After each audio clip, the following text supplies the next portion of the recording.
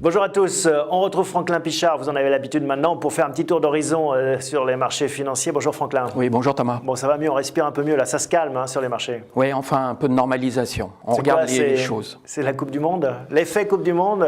Non, enfin on regarde là où il faut vraiment regarder et les bullish sont en train de l'emporter sur les bearish. C'est ça, on sent qu'il y a eu un basculement. La semaine dernière, on a gagné 300 points sur le CAC.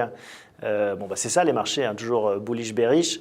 Mais là, on a l'impression qu'il y a une envie à nouveau. Oui, c'est ça. Et puis, c'est au moment où on s'y attend le moins que ça repart. On s'est quitté la semaine dernière, on était à 3340. On se retrouve aujourd'hui, on est à 3610. On a pris 300 points. Or, fondamentalement, rien n'a changé. Bah oui, c'est ça qui est bizarre, finalement. C'est quoi? C'est un marché purement psychologique? C'est-à-dire qu'on voit la bouteille à moitié pleine?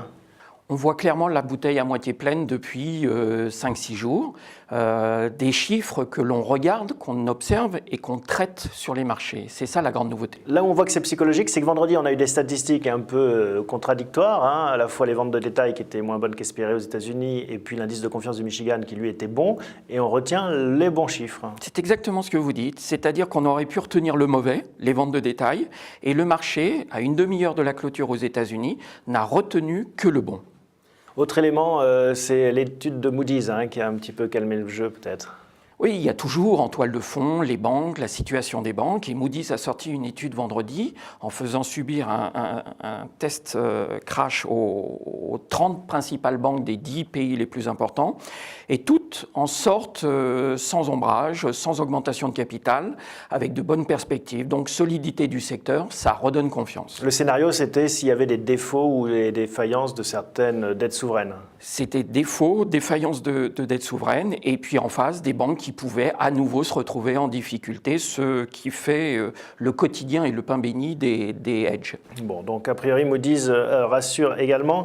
Un mot sur l'euro, qui finalement symbolise aussi cette accalmie. On a vu un euro qui a été tapé très violemment jusqu'à 1,19 et puis finalement qui rebondit un peu sur ce socle. Oui, on a les entreprises américaines qui posent un regard beaucoup plus serein et positif sur la zone euro, en considérant que le discours et que l'activité européenne sera nettement moins négative que ce qui avait pu être dit. Et du coup, on est à 1,24, 1,2450 actuellement. Bon, on n'est pas tiré d'affaire pour autant. On voit qu'il y a encore du chemin à parcourir. Il y a des rendez-vous cette semaine importants. Oui, il y a le bac.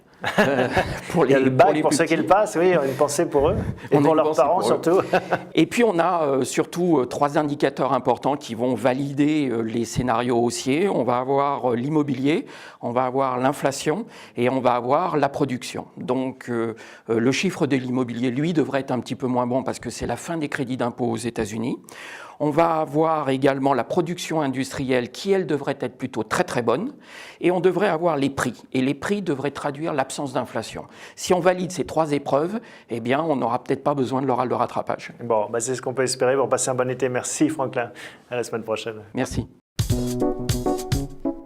Nous sommes maintenant en compagnie de Cyril Poncet pour parler d'Hermès. Mais auparavant, on en a l'habitude maintenant. Cyril, un petit suivi des recommandations. On avait parlé ensemble il y a quelques temps de Rhodia. On en est où? Exactement. La semaine dernière, on a acheté Rhodia sur repli à 12 €. Donc très bon achat. Elle vaut 13,70 aujourd'hui. 15% un bon timing. Très bon timing. On a profité de ce nouveau repli des marchés. On conserve? On conserve. On vise 16 €. Toujours 16. Alors, on va parler du dieu du commerce, le gardien des routes et des carrefours des voyageurs. Hermès. Exactement, Hermès. Une valeur dans le luxe, tout le monde sait ce qu'ils font. Exactement, des maroquinerie. Carrés, des sacs à main et puis d'autres produits.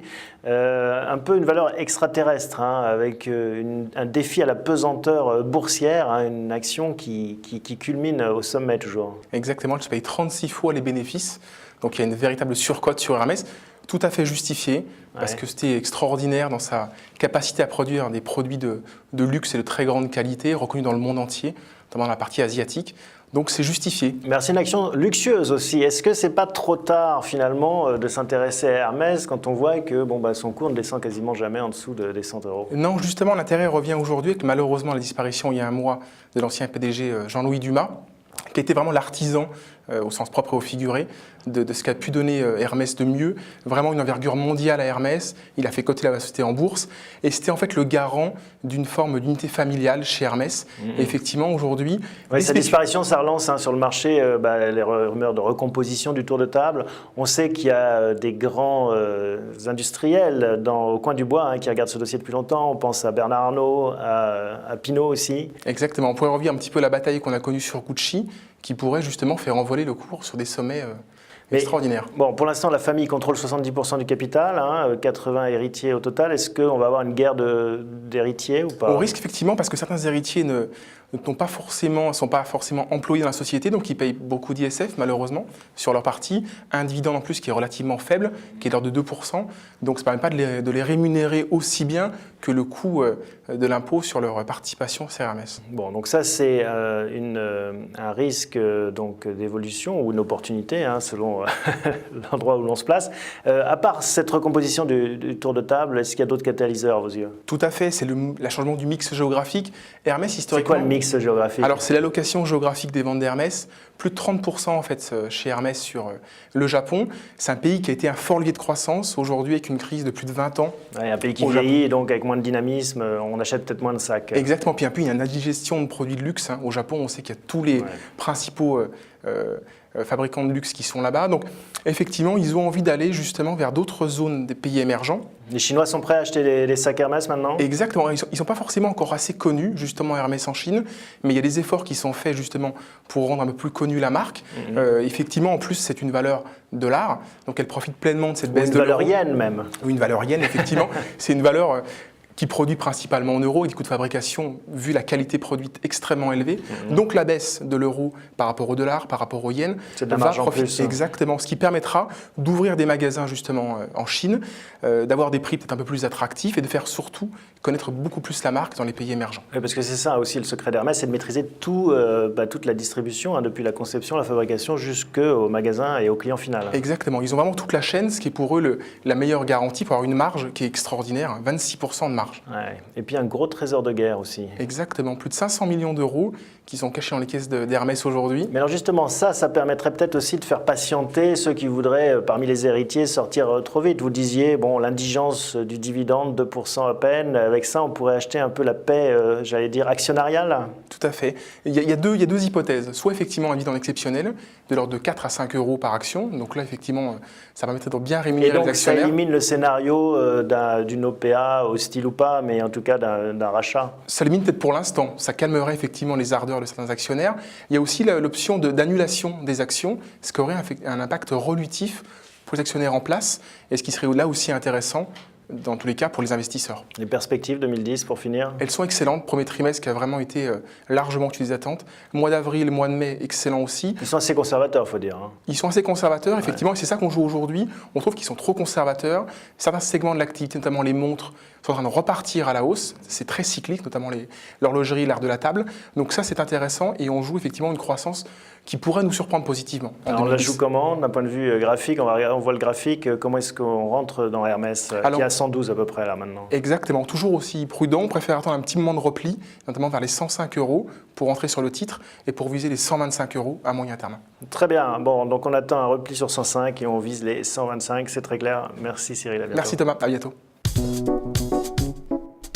On retrouve maintenant Pascal Plunet. Bonjour Pascal. Bonjour Thomas. On va parler ensemble de Gemalto, mais auparavant, le suivi, on avait évoqué Nexans ensemble il n'y a pas longtemps. Tout à fait. On avait placé un ordre d'achat sur les niveaux 48 euros. Ça correspondait à un repli de marché qu'on attendait. On a été exécuté et on a touché au passage à un dividende de 1 euro. Le titre cote à peu près ce matin en 52 euros. On est presque à 10% avec le dividende. Qu'est-ce qu'on fait à 10%? On conserve. On pense qu'il y a encore du potentiel jusqu'à 58, 60 euros. On peut conserver encore. Donc on reste sur cette recommandation. Exact. Gemalto. Alors, Gemalto, fusion de Axalto et Gem+. Exact, une fusion qui était un peu défensive au départ, puisque c'était un business très très compétitif avec une grosse pression prix, surtout qui venait de l'Asie. On rappelle ce qu'ils font? Oui, tout à fait. Alors, c'est le leader mondial de la sécurité numérique, donc ils produisent des dispositifs de sécurité qui sont intégrés dans les cartes SIM, dans les mobiles, dans les cartes bancaires. On en a partout, on ouvre notre portefeuille, on en a partout. Aussi les cartes de santé, cartes vitales et tous les produits maintenant de numérisation d'identité passeport électronique, carte d'identité numérique, etc. Ça touche un marché d'1 milliard de personnes, je crois. Gemalto estime à peu près toucher environ 1 milliard de consommateurs dans le monde avec tous ces produits et toutes ces utilisations diverses et variées. Donc on est dans le luxe de la sécurité numérique. On a vu Hermès avant. C'est un peu ce qu'on peut dire. On poursuit. Alors, il y a aussi des recompositions autour du capital. Hein. Le FSI remplace TPG, Texas Pacific Group. TPG, c'était un fonds d'investissement qui était historiquement présent au capital de GEM+, qui est rentré en 2000. Il n'avait pas vocation à rester forcément des dizaines d'années. Il est sorti récemment et le FSI, le Fonds stratégique d'investissement, est rentré au capital de Gemalto puisque c'est un business quand même assez stratégique, la sécurité numérique. Et donc ça fait du bien à l'action, j'imagine, Oui, parce tout que à fait. Ça rassure finalement. Exactement, ça rassure sur la stabilité de l'actionnariat. Alors, les performances de Gemalto. Les performances de Gemalto, son activité, je dirais, a assez bien résisté à la crise. En 2009, on a un chiffre d'affaires qui a baissé de 2%. Donc pour un business technologique un peu cyclique, c'est quand même une bonne performance. Ses clients, hein, c'est quoi? C'est les banques, les opérateurs télécoms? Les banques, les opérateurs de téléphonie mobile, les gouvernements aussi. On en parlera tout à l'heure avec toutes les cartes d'identité, les pièces d'identité. Ça, c'est plutôt des gens qui ont continué à investir et à acheter les produits. Toujours des gros programmes d'équipement. Géographiquement, j'imagine que ça ne se passe pas que chez nous. Non, tout à fait, ça se passe vraiment à l'international. On a parlé d'1 milliard de consommateurs de produits divers et variés. Ça se passe beaucoup aux États-Unis et en Amérique du Sud. 24% sur Amérique du Nord, Amérique du Sud pour les ventes de Gemalto, 19% en Asie, donc plus de 40% sur les deux Amériques et l'Asie. Donc une très très grosse présence à l'international. Avec un management qui est ambitieux, hein, c'est bien d'être ambitieux. Est-ce qu'ils sont trop ambitieux par rapport à ce que vous connaissez de leur stratégie? Non, ils ont une ambition long terme. J'ai l'impression que ce métier évolue beaucoup. Olivier Piou a une très très bonne vision moyen terme. Il est ambitieux. Il vise 50%, je crois, de 50% croissance de de hausse l'opérationnel. du résultat opérationnel, horizon 2013. Ce résultat était de 171 millions en 2009. Olivier Piou vise 300 millions, horizon 2013. Comment ils vont y parvenir alors? Alors, il va y parvenir parce qu'il y a plusieurs relais de croissance. Déjà, sur le business, les développements en cours, sur le business historique de Gemalto, sur tout ce qui est téléphonie mobile et portable.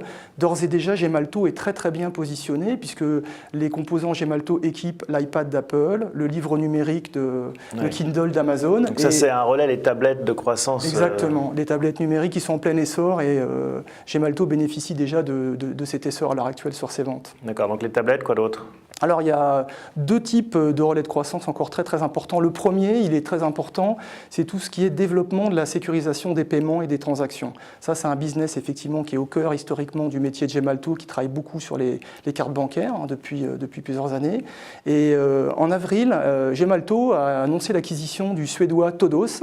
Donc, c'est une société qui va permettre à Gemalto, avec cette acquisition, d'augmenter sa base de clients existants, puisque Todos, cette société suédoise, travaille déjà pour une centaine d'institutions financières dans le monde sur la sécurisation de la banque en ligne et dans 30 pays. Donc on conforte encore, côté Gemalto, la présence à l'international. C'est une belle acquisition. D'accord. Et dernier relais de croissance, vous avez parlé des gouvernements, parce que ça aussi, ça bouge, hein, les administrations. On pourrait appeler ça l'e-administration. C'est qu'on voit que maintenant, ces derniers mois, et encore pour le futur, il y a plein de programmes dans le monde entier. Alors, c'est en Inde, en Azerbaïdjan, en Algérie. La carte vitale, par exemple, c'est un exemple. Exactement, la carte vitale, effectivement. Les lecteurs de carte vitale sont équipés Gemalto. C'est une technologie Gemalto. Alors, c'est très intéressant parce que là, on sent quand même une tendance lourde, moyen terme, de tous les gouvernements et de toutes les administrations et des établissements aussi publics ou semi-publics de transport d'équiper en produits numériques et de développer les cartes d'identité, les passeports, les cartes de transport, les permis de conduire. Alors justement, les permis de conduire, très intéressants. En Inde, on sait qu'il y a un très très gros marché. Gemalto a annoncé il y a 2-3 jours avoir livré 10 millions de permis de conduire électroniques et de certificats d'immatriculation électronique. Il y a 110 millions de conducteurs en Inde. Et nous qui nous plaignons des embouteillages. Alors, d'un point de vue graphique, comment est-ce qu'on fait? Alors, d'un point de vue graphique, on peut visualiser sur le graphique, c'est un titre qui a plutôt bien résisté et qui n'a pas trop subi la baisse. On va donc attendre qu'il baisse un peu plus, essayer de se placer à l'achat. 32. Voilà, on essaie de se placer à l'achat, on attend que ça perde une dizaine de pourcents, vers 29 € et on vise 35 € à moyen terme. Il y a à peu près 20% à prendre si on rentre sur ce niveau de 29. On vise 29, enfin on rentre à 29, on est à 29 et on vise 35, 35. une vingtaine de pourcents. Eh bien, merci beaucoup Pascal, à bientôt. Merci Thomas, à plus tard.